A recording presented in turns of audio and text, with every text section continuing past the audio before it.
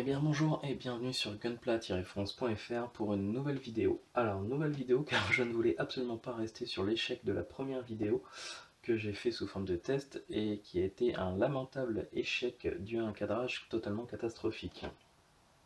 Donc j'ai décidé de refaire une vidéo afin de vous présenter tout simplement les kits qui vont être montés à l'avenir sur la chaîne.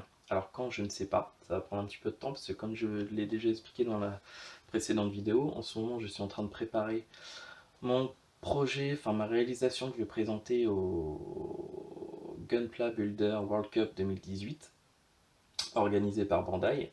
Donc ça me prend tout mon temps libre et je ne fais que ça. Voilà. Donc on va commencer, il y aura donc... alors, la façon dont je les présente là, ce ne sera pas forcément l'ordre dans lequel ils seront présentés sur le site ou dans la chaîne. Ça sera selon mes envies du moment. Donc il y aura donc le Star Build Strike Gundam Plavsky Wing. Voilà, les noms à la rallonge, c'est pas forcément ce que je préfère. Donc ce kit, je l'ai déjà réalisé, mais en HG. Et c'est en fait le Gundam qui m'a attiré vers le Gunpla, tout simplement.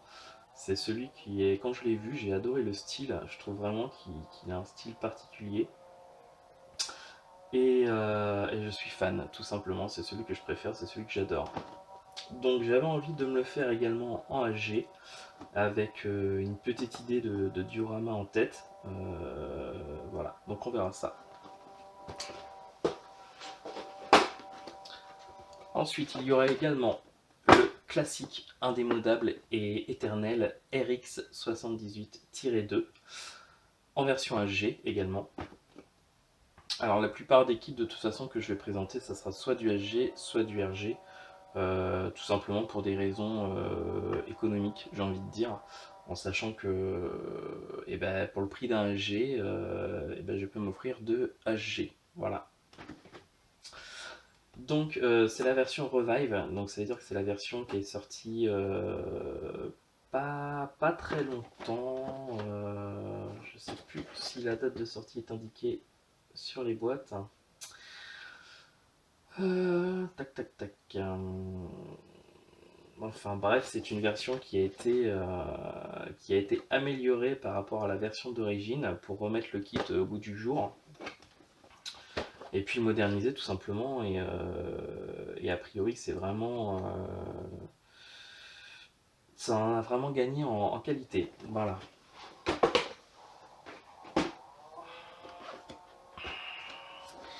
Il y aura également le RX-0 Unicorn Gundam en Destroy Mode. Donc, j'ai envie de dire un classique, puisque le Unicorn fait partie des Gundam principaux, des héros de série, comme on pourrait dire. Et puis, moi je l'aime bien. Alors, il y a beaucoup de personnes qui n'accrochent pas du tout sur Unicorn et puis sur IBO, notamment sur le Barbatos. Moi, très honnêtement, je les aime bien. Je vois pas pourquoi il y a vraiment ce mouvement anti-Barbatos ou anti-Unicorn. Alors, certes, ils ont un style différent des Gundam qui pourraient se rapprocher avec les différentes déclinaisons du RX-78 par exemple. C'est vrai qu'il y a eu pas mal de Gundam qui finalement ont un peu repris la trame, ne serait-ce qu'au niveau des couleurs qu'on peut retrouver. Mais c'est bien aussi d'avoir des choses différentes. Et puis non, franchement, moi je trouve que ça a été recherché, il y a eu du travail dessus, sur le design du mecha. Et puis voilà, moi j'aime bien. C'est mon avis personnel, ça n'engage que moi. Nous aurons du Gundam Build Diver, la nouvelle série qui est en train d'être diffusée en ce moment, avec un épisode tous les mardis que vous pouvez retrouver alors soit en streaming légal sur Crunchyroll, ou alors sur la chaîne YouTube Gundam Info. Voilà, et vous pouvez les avoir en version originale sous-titrée français, et ça c'est vraiment top parce que ça permet tous les mardis d'avoir son petit épisode et de pouvoir le suivre. Donc nous aurons donc le GM3 Beam Master, que moi je trouve est vraiment... Alors, les Gundam un peu massifs, c'est pas ce que je préfère, mais moi je trouve que celui-là, j'ai bien craqué sur le design. Je trouve il fait bien bourrin. Et puis j'aime bien les couleurs, le orange ça change un petit peu. Parce que c'est vrai que bah, c'est souvent un peu du blanc cassé, rouge, bleu. Enfin non, j'aime bien, ça change. Donc celui-là j'ai hâte de le faire. Évidemment, nous aurons le 00 Diver. Alors c'est dans sa première version, celle qui est sortie en premier, et puis que j'aime bien aussi. Euh, c'est comment dire. Alors évidemment, ça ressemble beaucoup à l'Exia, vu que c'en est en grande partie c'est un custom de l'Exia, hein. Mais je le trouve très sympa. Et puis, euh, et puis ça fait du bien de retrouver un petit peu cette série bien sympathique.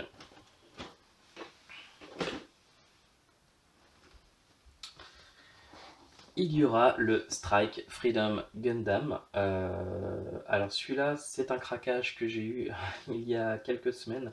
Donc pour l'instant, ma femme n'a pas encore vu dans les comptes que je l'avais acheté. Je pense que je vais me faire un petit peu engueuler quand elle va s'en apercevoir. Mais voilà, je me suis refait Gundam Sim Destiny il n'y a pas longtemps. Et puis voilà, c'était un petit achat coup de cœur, craquage. Puis de temps en temps, ça fait du bien de se faire plaisir.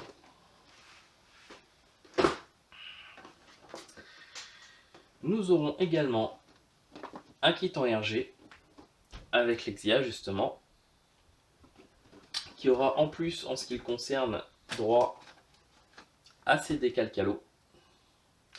Parce que moi je viens du milieu de la maquette un peu généraliste et on est évidemment habitué au décalcalo. Et donc dès que j'ai l'occasion, j'essaie de me procurer sur un kit les décalques à l'eau. Parce que les stickers c'est très bien, hein. En plus une fois que sa maquette est vernie, ça tient bien, il n'y a pas de dégradation ni quoi que ce soit. Mais il y aura toujours un plus à mettre des décalques à l'eau plutôt que des stickers, parce que ça s'intègre mieux sur la maquette une fois que c'est verni. On voit moins la différence, c'est fait plus naturel, et puis voilà, pour le côté esthétique, moi en tout cas, si j'ai le choix entre des stickers et des décalques à l'eau pour une maquette, je choisis les décalques à l'eau.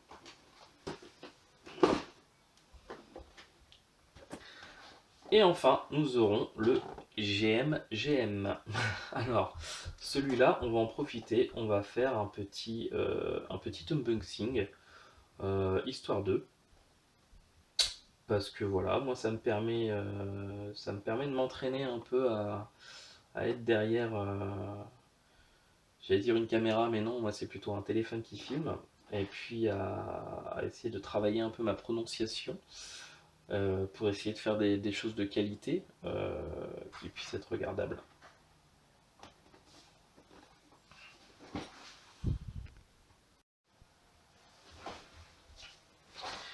Nous sommes donc sur un kit en 1G, high grade, de la série Build Fighter.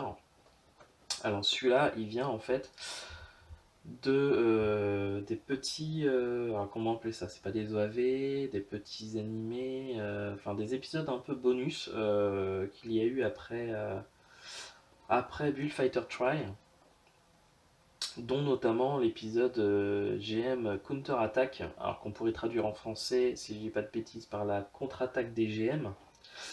Et celui-là, en fait, ils sont trois, puisqu'il s'agit de la Gunpla Mafias Mobile Suite. Donc, comme vous pouvez le voir, en fait, il y a trois mechas avec des armes différentes à la base et une tête différente. Donc c'est le Gundam numéro 059 au niveau de la série des Build Fighters. Il est sorti en août 2017 au Japon et il a coûté 1300 yens. On va procéder à l'ouverture. Non, d'abord je vais vous montrer les côtés. Donc cette fois, je regarde que je suis bien dans le cadre. Hop, voilà, je n'étais pas dans le cadre. Donc il faut que je sois à peu près à ce niveau-là. Donc, vous avez ici, comme vous pouvez le voir, les 3 têtes différentes qui sont incluses dans le kit. On peut voir des petites positions dynamiques, quelques éléments du kit. Ici, vous avez le numéro du kit en question dans la série. Ici, vous pouvez voir, hop, on va essayer de faire que ça se voie correctement. Donc une image de face et de dos du modèle monté et peint.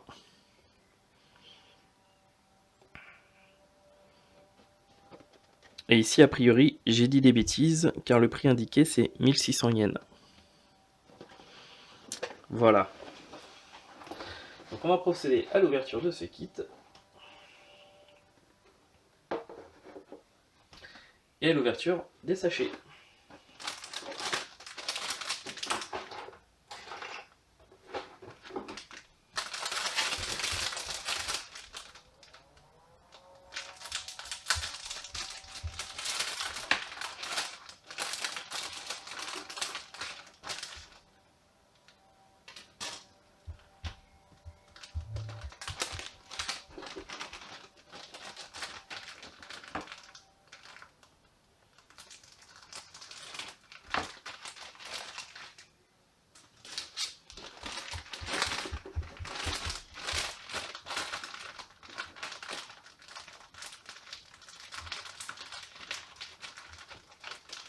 Alors ça, l'ouverture des sachets, je le cache pas, c'est un peu le retour en enfance quand on ouvre un cadeau et qu'on voit ce qu'il y a à l'intérieur.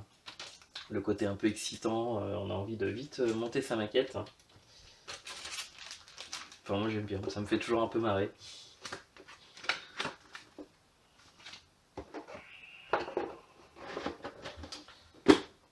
Voilà, on va essayer de faire tenir ça comme ça. Voilà, nickel. Donc nous avons donc 1, 2, 3, 4, 5, 6, 7 grappes, des stickers et le manuel. Alors, le manuel, je vérifie que je suis bien dans le cadre. Ouais, ça va à peu près. Donc, manuel habituel, hein, notice de montage classique, hein, des kits en HG de Gundam.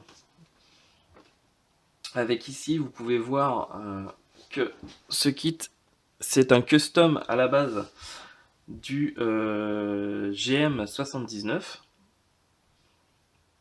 On retrouve, on reconnaît assez facilement d'une manière générale. Là, vous avez ses dérivés. On retrouve le modèle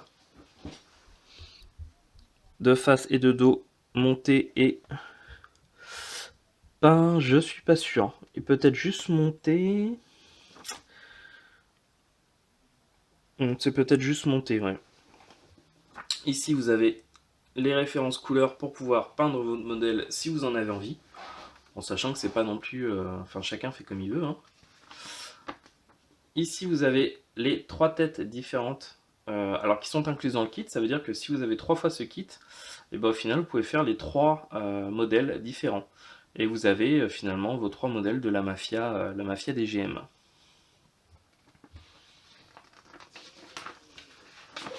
Et puis la notice de montage, voilà, assez classique, assez simple.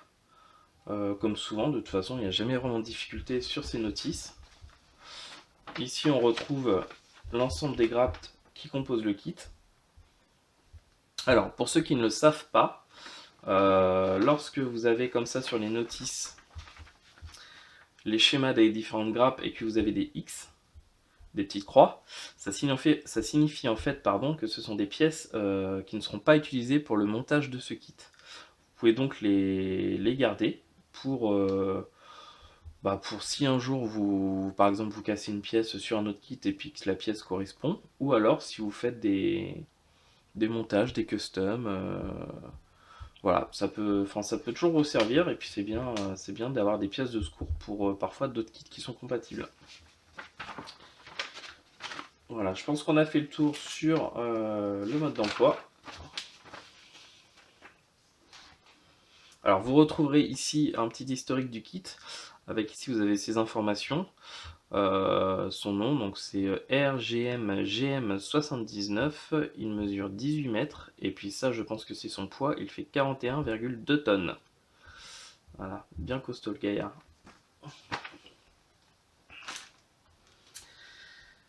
Au niveau des grappes, donc vous avez la grappe pour les sabres, qui vous simule un peu le laser, la couleur un petit peu des sabres lorsqu'ils sont enclenchés. Et je suis sûr que je n'étais pas dans le cadre.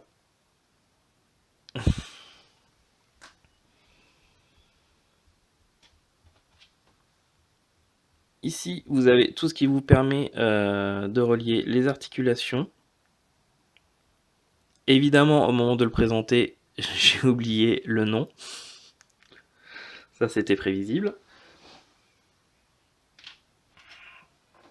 Ici, vous pouvez retrouver l'arme.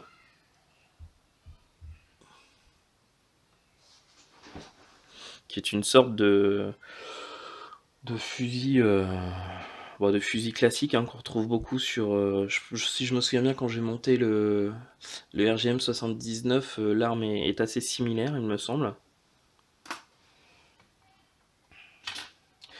Sur cette grappe, vous allez retrouver les différentes visières selon la tête du Gundam que vous choisissez. Ici, vous allez retrouver le bouclier, les pieds, qui sont très bien, hein. Ils sont bien détaillés, on voit bien qu'il y a de quoi s'amuser. Là, vous avez les épaules. Ici, vous avez du backpack.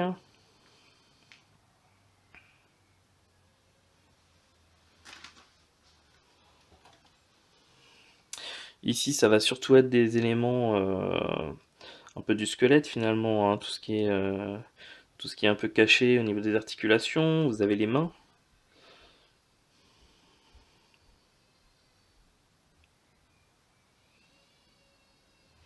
Donc toujours très propre, hein. Il n'y a pas de... Je vois pas de traces de moulage. C'est vraiment des kits agréables. Surtout ceux-là qui sont vraiment sortis depuis 2016, j'ai envie de dire. Vous avez juste à vous découper un petit coup de ponçage au niveau où vous avez coupé, et puis c'est nickel, quoi. Il y a vraiment beaucoup moins de travail avec ces kits que si par exemple vous prenez des maquettes LR, où là, alors évidemment les maquettes LR ne font pas de Gundam, mais pour vous donner une idée, par exemple prenez une maquette LR d'il y a d'il y a les 10 ans. Vous allez passer plus de temps à mastiquer, poncer, etc. qu'à peindre votre kit. Là-dessus, justement, vous allez retrouver les différentes têtes du Gundam. Alors, vous avez celle-ci. Vous allez avoir celle-là. Et puis, celle-ci. Voilà. Qui sont vraiment... l'intérieur est bien détaillé. Je m'attendais pas à ça. C'est-à-dire que l'intérieur de la visière, j'aimerais bien réussir à vous montrer. Vous retrouvez des détails à l'intérieur de la visière. Et ça, vraiment, c'est bien agréable. On retrouve la même couleur que finalement pour la partie armure que ce qu'on peut avoir sur le GM79.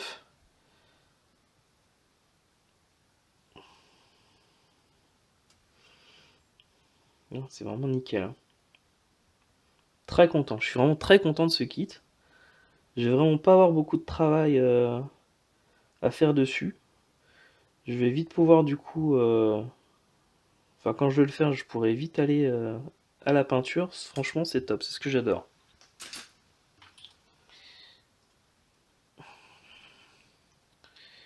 On va vous retrouver, ça je crois que c'est des jambes, là vous avez du niveau du pied, ça doit être la cuisse, la jambe, vous avez les Beam Saber. Non, vraiment content. Et évidemment, le nom de ces parties ne m'est toujours pas revenu. Donc je pense que c'est pas cette fois que j'arriverai à vous redire comment ça s'appelle. Non, puis de toute façon, plus je vais chercher, moins je vais trouver. Donc après, ça va pas être très intéressant. Bon, bref, on laisse tomber. Quand le nom va me revenir, je le mettrai en commentaire. Et puis c'est tout. Voilà, on va terminer cette vidéo sur un conseil de visionnage. À savoir que si vous ne connaissez pas la chaîne YouTube de Yvan West Laurence, eh ben je vous la conseille fortement. C'est vraiment... alors je ne l'ai jamais rencontré, mais de toutes les vidéos que j'ai vues, de tout ce que j'ai pu lire sur le personnage, c'est un monsieur qui aspire le respect. Déjà par son parcours professionnel, je pense que j'aurais rêvé dans ma vie avoir un parcours professionnel comme ce monsieur a eu. Je suis vraiment fan de la philosophie qu'il a par rapport au modélisme. C'est le roi de la récup. Il va faire de superbes choses avec très peu de moyens. Et je suis vraiment admiratif de ça. Et j'essaie de plus en plus d'essayer de penser mes montages avec cette philosophie. Il a une culture énorme. Si vous allez voir ces vidéos, vous allez voir que sur chaque vidéo, à chaque kit qu'il va vous présenter, il va vous sortir. C'est une encyclopédie vivante, je pense. Et c'est vraiment à chaque fois des montages différents, des univers différents, qu'on peut aimer ou ne pas aimer, mais vraiment, je pense que dans toute la diversité qu'il propose, il y a forcément un des thèmes qui vous tiendra à cœur. Et voilà, c'est une chaîne que je ne peux que conseiller et que j'apprécie beaucoup. Voilà, je vous dis à très bientôt. Je me lancerai à faire régulièrement des vidéos dès que j'en aurai terminé avec mon projet pour la Coupe du Monde. Et puis voilà, je vous remercie d'avoir suivi cette vidéo. Je remercie ceux qui se sont inscrits sur le groupe, qui le font vivre et avec qui j'ai plaisir à discuter.